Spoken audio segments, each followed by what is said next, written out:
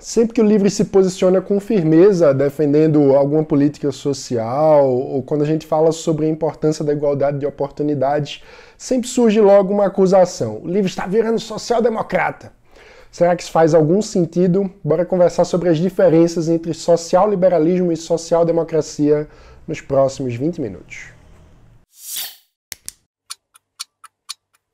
Antes de entrar na distinção em si entre social-liberalismo e social-democracia, eu quero fazer dois comentários. Primeiro, que no liberalismo, sensibilidade social não é uma exclusividade dos sociais-liberais, né? É possível ter diversas abordagens com sensibilidade social nas diversas ramificações do liberalismo.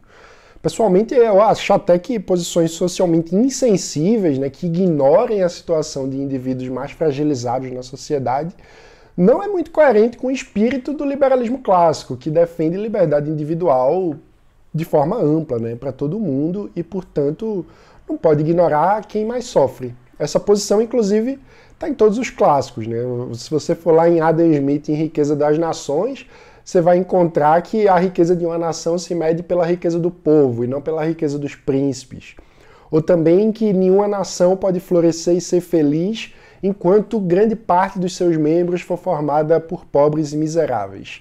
Então, de partida, eu já queria dizer que quem acha que sensibilidade social transforma liberalismo em social-democracia não leu sequer Adam Smith, né? Meu segundo comentário inicial é que parte dessa confusão que a gente vai tratar vem da difusão incorreta nos meios liberais de uma narrativa falsa e simplificadora. Um dos principais difusores é o atual ministro da Economia, Paulo Guedes, de que o grande problema do Brasil seria, na verdade, o fato de que nós vivemos 30 anos seguidos de governos sociais-democratas. Isso é uma simplificação bem grande, me deixa muito preocupado.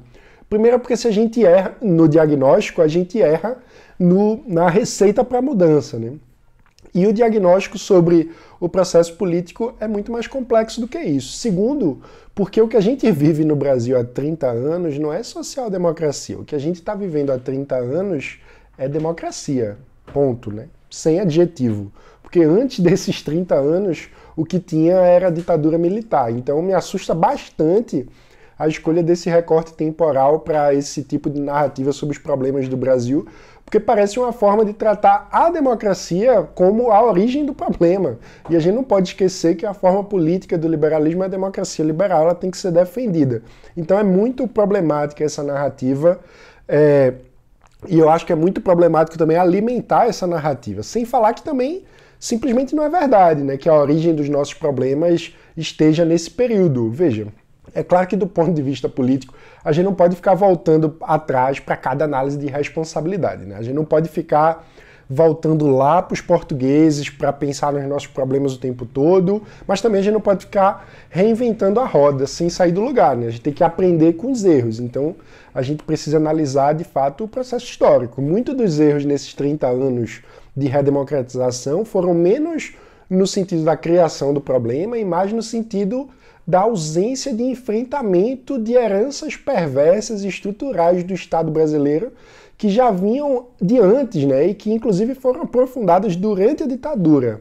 Para dar um exemplo concreto, hoje a gente tem que privatizar uma tonelada de empresa e não é apenas as empresas que foram criadas nos últimos 30 anos. Vou trazer um dado, nos governos do PT foram criadas 43 estatais durante os governos Lula e Dilma. É terrível estatização que atrapalha a eficiência da economia, que, como a gente sabe, aumenta o espaço para corrupção, para roubalheira. Está todo mundo cansado de saber disso. Mas quantas estatais foram criadas pelos militares? 47. Pois é, inclusive esse governo já criou mais uma agora, o Bolsonaro. Então, resumindo esse ponto, sem dúvida, os problemas do estatismo estão presentes na nossa democracia, foram alguns deles aprofundados, mas estão muito longe de ter surgido na democracia. Já nos acompanham de antes. Ah, mano, mas os governos nesse tempo não foram todos sociais-democratas mesmo? Não, os principais foram sim, né? Que é o caso do Fernando Henrique, Lula e Dilma.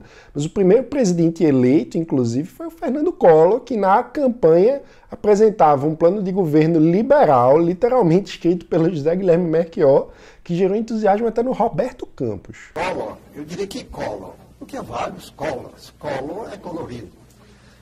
Em primeiro lugar, o Collor candidato. Esse provocou o meu destramelado entusiasmo.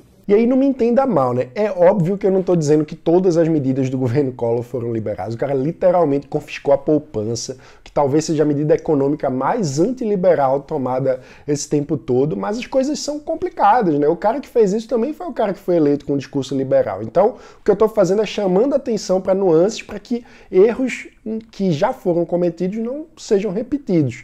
E se a análise sobre os 30 anos fosse sobre equipe econômica, aí a lista de liberais era muito mais extensa, né? Paulo Guedes está longe de ser o primeiro liberal a sentar ali na cadeira, como ele gosta de dar a entender. Houve liberais integrando literalmente todos os governos desde a redemocratização, mas isso renderia um outro vídeo, então fica para outro dia. Vamos retomar o ponto. Feito esse esclarecimento sobre os governos da social-democracia, vamos tentar conceituar a social-democracia, né? Eu diria que a primeira coisa a ser entendida é que a social-democracia vem de um ramo teórico totalmente diferente do liberalismo, né? A social-democracia surge como um desdobramento do socialismo, ainda no final do século XIX na Europa, ali pelas décadas de 1860 e 1870. E a questão era basicamente a seguinte, né? Com a consolidação das democracias liberais nos principais países europeus, os socialistas tinham um dilema do ponto de vista da ação política, que era revolução ou eleição, né? Vale lembrar que na tradição socialista, né, não é uma tradição democrática, é uma tradição revolucionária. Os socialistas não acreditavam em ideias como Estado de Direito, limitação do poder, democracia, pluralismo. Isso tudo para eles era detalhe, eles chamavam de liberdade burguesa, democracia burguesa, tudo uma futilidade burguesa no fundo. Isso tudo porque, lembrando, o socialista vê a sociedade dividida em classes, entende que as classes são mais importantes que o indivíduo, que no fim das contas o grande propósito de mudança social é a superação da sociedade de classes com a ascensão e o governo do proletariado, né, o governo dos operários. Mas mesmo acreditando em tudo isso, eles se viram diante daquele dilema imposto pela realidade. Eles não acreditavam exatamente na democracia, mas a democracia estava ali estendendo a mão, convocando para participar politicamente. Então, teve um racha na época entre os socialistas, aqueles que queriam continuar uma busca por revolução e os que resolveram aceitar o batismo da democracia e tentar atuar por dentro das instituições, disputando eleição, formulando programas de governo concretos. E à medida em que surge esse ramo da esquerda socialista que aceita a democracia, o discurso de esquerda ganha aí certa aderência, esses grupos crescem com representatividade no parlamento, começam a conquistar governos e com o tempo o dilema passa a ser ainda mais prático, né? Porque não é mais agora só a disputa eleitoral, mas a prática de governo. E a questão passa a ser, o que é que vale mais a pena? A gente vai construir o socialismo, a gente vai estatizar tudo ou a gente quer ter resultado, quer melhorar a vida da classe trabalhadora, né? Ou seja, a gente está falando aí do desenvolvimento de um grupo ideológico que ao chegar no poder percebe que para atingir seus objetivos uma canetada não basta, né? Até porque, como a gente sabe, agentes políticos querem expandir seu poder, querem vencer a próxima eleição, e para vencer a próxima eleição não adianta só criar lei, né? É preciso criar uma percepção de valor para o seu eleitorado. Então, basicamente, os social-democratas são a esquerda que entendeu que para melhorar a vida da classe trabalhadora é preciso ter crescimento econômico. A lógica é, vamos fazer o que for preciso para a economia crescer, então a gente arrecada impostos, e aí pode usar esses impostos para financiar a expansão do Estado rumo ao socialismo, que seria, no final das contas, essa sociedade sem classes, né, onde o Estado prevê condições igualitárias para todas as pessoas. Ou seja, os sociais-democratas são socialistas, digamos assim, domesticados pela democracia, né? São socialistas que abrem mão dos dogmas da revolução, que aceitam o batismo da democracia e decidem então que vão tentar reformar o capitalismo por dentro das instituições da democracia burguesa, como eles chamam. Inclusive, do ponto de vista histórico, os grandes partidos sociais-democratas no mundo, todos eles têm uma origem social que é altamente ligada aos sindicatos, né? Em geral, essa trajetória envolve um início que tem um discurso radicalizado e que aos poucos vai se moderando, aceitando os pressupostos da democracia e, do ponto de vista econômico, vai fazendo concessões cada vez maiores à economia de mercado. Mas veja só, a tendência nesse caso é basicamente o seguinte: o social-democrata ele tem uma premissa crítica ao capitalismo e passa a defender uma reforma do capitalismo. Então, tem uma aceitação da economia de mercado como uma coisa meio a contragosto, né? Que tem que ser sempre mediada e regulada pelo Estado. A social-democracia moderna, então, aceita privatizar algumas empresas, mas com forte regulação. O raciocínio vai mais no sentido de uma concessão pragmática, né? Dado que o Estado não consegue tomar conta de tudo, que na cabeça dele seria o ideal, então vamos abrir mão disso e privatizar. Feita essa digressão histórica, acho que vale analisar essa tendência nos principais partidos social-democratas do Brasil, que são o PT e o PSDB. O PT é o partido que realmente tem uma origem sindical, né? Cumpre todo o script dos partidos social-democratas tradicionais da Europa. Só que o PT também não é exclusivamente social-democrata, né? Dentro do PT tem muitas correntes ainda socialistas que, para usar a expressão do Eduardo Jorge, não aceitaram o batismo da democracia, né? Então tem aquele PT mais palocista, que é um social-democrata, mas tem o PT que faz live com Maduro, que enfim, que não é social-democrata, né? Que é socialista no sentido mais velho do termo. Já o PSDB é o partido que nasce do desejo idealizado dos intelectuais da USP que admiravam a social-democracia europeia, mas que não tinham bases concretas nos sindicatos, né, como tinha o PT. Em tese, então, o que faria mais sentido, assim, se a gente fosse olhar de um ponto de vista puramente ideológico lá décadas atrás, seria uma união aí entre essa ala moderada do PT, social-democrata, e os intelectuais da USP que fizeram o PSDB. Mas a verdade é que a gente sabe nomes de partido no Brasil, no fim das contas, nunca importaram tanto assim, né? Roberto Campos brincava que o PT era o partido dos trabalhadores que não trabalham. Também dá para dizer que o PSDB é o partido da social-democracia sem sindicalista, o PSL é o partido social-liberal que não tem social nem liberal, o PL não tem liberais, enfim. Deixando as questões partidárias de lado e já tendo falado então da social-democracia, vamos falar um pouco do social-liberalismo, né? A social-democracia, lembrando, vem do socialismo, faz concessões ao liberalismo. E vale lembrar, a maior das concessões é a própria democracia liberal, né? Porque é a mais ampla aí do ponto de vista do sistema político como um todo.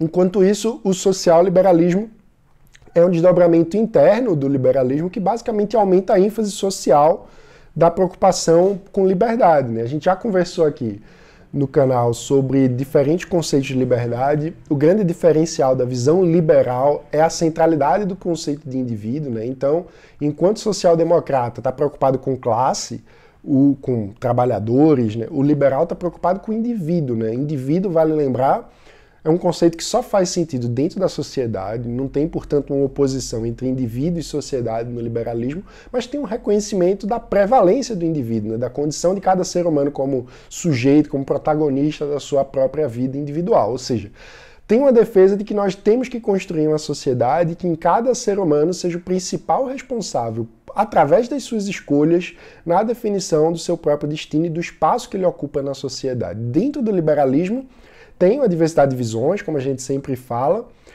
e tem diferentes ênfases sobre quais são as condições necessárias para que os indivíduos possam ter, de fato, meios para exercer sua individualidade, desenvolver seu potencial, de serem, de fato, os principais responsáveis por suas próprias vidas. Aí tem desde os anarquistas que acham que o ideal é não ter Estado, tem os que acham que o Estado é um mal necessário, mas que tem que ser diminuído sempre que possível, a qualquer custo, porque os benefícios são sempre inferiores aos danos que o Estado traz.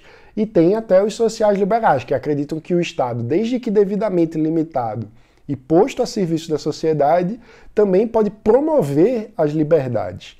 E aí eu acho que vale chamar a atenção para esses condicionantes, né? Porque a visão social liberal, como qualquer visão liberal, também não é estatista, né? Não cai na idolatria do Estado. Reconhece um papel importante a ser desempenhado pelo Estado, especialmente no âmbito da promoção da igualdade de oportunidades. Ou seja, o social liberal em relação ao Estado não é nem estatista, nem tem uma estadofobia, né? Uma negação radical do Estado. Quem usou esses termos foi o mais importante social liberal brasileiro do século XX, José Guilherme Melchior, que também escreveu o seguinte: o liberalismo moderno é um social liberalismo, é um liberalismo que não tem mais aquela ingenuidade, aquela inocência diante da complexidade do fenômeno social. O liberalismo moderno não possui complexos frente à questão social. O que ele assume é a essa visão do liberalismo que eu me filio. Acho que vale tratar um pouco mais dessa linhagem, né, que na verdade é bem antiga. Os Os sociais liberais são um ramo que desenvolve o liberalismo, com ênfase na noção de liberdade que vem do liberalismo clássico alemão, né? Aquela noção de autotelia do indivíduo como um fim em si mesmo, que deve buscar seu aperfeiçoamento, desenvolver suas habilidades, suas potencialidades individuais. O clássico dessa linhagem é Wilhelm von Humboldt, autor que a gente já tratou em outros vídeos. Vale lembrar que é dele também a epígrafe que o John Stuart Mill pega emprestado e escolhe ali para iniciar o seu clássico sobre a liberdade. O grande princípio condutor para o qual todos os argumentos expostos nessas páginas convergem diretamente é o da importância absoluta e essencial do desenvolvimento humano na sua mais rica diversidade. Outro social liberal importante é Franz Charles Montaigne, né, que dizia que o social-liberalismo era a revolta contra a exclusividade da liberdade negativa. Para sair dessa abstração, o que esses liberais pensam em comum é que o Estado não se pode pôr no lugar do esforço humano de desenvolvimento individual, mas que o Estado pode e deve promover as condições favoráveis para que as pessoas possam efetivamente se desenvolver. Outras pessoas que pensaram assim foram Thomas Hill Green e Leonard Hobhouse. O que seriam essas condições, no fim das contas, né? Basicamente, em geral, é a garantia de acesso à educação e saúde, e o que quer dizer um Estado um pouco maior do que aquela versão do Estado guarda noturno, digamos assim, né? Mas que é extremamente menor também do que o Estado brasileiro em qualquer época, né? Lembrando, como a gente sempre diz, que saúde e educação pública não necessariamente é sinônimo de saúde e educação estatal. E isso também é verdade no caso do pensamento desses autores. Mas voltando então à comparação, a gente pode dizer que os sociais-democratas partem de uma visão socialista de um Estado provedor e aceitam, com a concessão pragmática, a ação criadora do mercado. Já os sociais-liberais partem de uma visão liberal, de ordem espontânea, economia de mercado, sociedade aberta, aceitando como uma concessão pragmática uma ação limitada e pontual do Estado, na promoção da igualdade de oportunidades. Então tem aí uma diferença muito importante na direção do raciocínio, né? Agora, vamos deixar essa abstração de lado e trazer outra pergunta. Será que é possível, em determinadas ocasiões, haver coalizão entre liberais e sociais-democratas? É sim, basta dizer que essa convergência aconteceu no principal partido da história do liberalismo, que é o Partido Liberal Inglês, que hoje, não à toa, se chama Partido Liberal Democrata, porque fez uma fusão com os sociais-democratas em 1988. Essa coalizão também já aconteceu no Brasil, né? Quando Fernando Henrique Cardoso foi presidente, ele teve como vice na sua chapa e durante os 8 anos de governo um social-liberal declarado, que é o Marco Maciel, um personagem extremamente complexo, apoiou a ditadura militar, teve contradições muito importantes na sua trajetória, mas é uma figura histórica que merece muito respeito, teve um papel importante na redemocratização e é tido por todo mundo como um vice-presidente exemplar, e ele era claramente um social-liberal, né? Basta ler os seus discursos, onde inclusive ele fazia referência a liberais alemães que até hoje são muito pouco conhecidos no Brasil. Agora, isso quer dizer que liberais e social-democratas têm que estar unidos sempre, ou que se tornaram uma coisa só? De forma alguma também, né? Quer dizer que em dados momentos, em dados contextos, é possível partir de visões de mundo diferentes e chegar em conclusões parecidas num dado contexto. Inclusive porque a política tem um modo de funcionamento próprio, né? Que passa por aglutinação de forças e é muito diferente de como funciona a filosofia. A filosofia está preocupada com digressão teórica, com a coerência do argumento. Muitas vezes pode-se dar o luxo de fazer exercícios de imaginação do mundo ideal, coisas que são muito importantes como horizonte, né? Porque são aquilo que nos ajuda a ter um norte, né? E isso, inclusive, tem um sentido de ampliar as possibilidades para o futuro, né? É o que Lionel Trilling, inclusive, chamava de imaginação liberal, né? Que é a força criadora no sentido de ampliar as fronteiras do que é possível. Não deixa de ser uma manifestação importante da liberdade humana para ampliar nossos horizontes, né? Mas a política mesmo é a arte do possível, né? Está preocupada com a agenda concreta de política pública, que, vale lembrar, num sistema democrático, sempre ocorre com concessões e negociações, um diálogo conjunto com as forças da sociedade, porque ninguém deve ter poder suficiente numa democracia para impor sua agenda completamente, né? Essa é uma das maravilhas da democracia liberal. Como ninguém é dono da verdade, a gente tem que ter muito diálogo e moderação na hora de tomar decisões que dizem respeito à coisa pública, né? Aquilo que diz respeito a todos nós. E nesse sentido, obviamente, também pode haver, muitas vezes, união entre liberais e outros grupos, como conservadores, como houve com Margaret Thatcher no Reino Unido, ou até mesmo a união entre liberais e socialistas, a depender da pauta, né? A verdade é que em política, coalizões são necessariamente móveis, se formam de acordo com cada situação específica.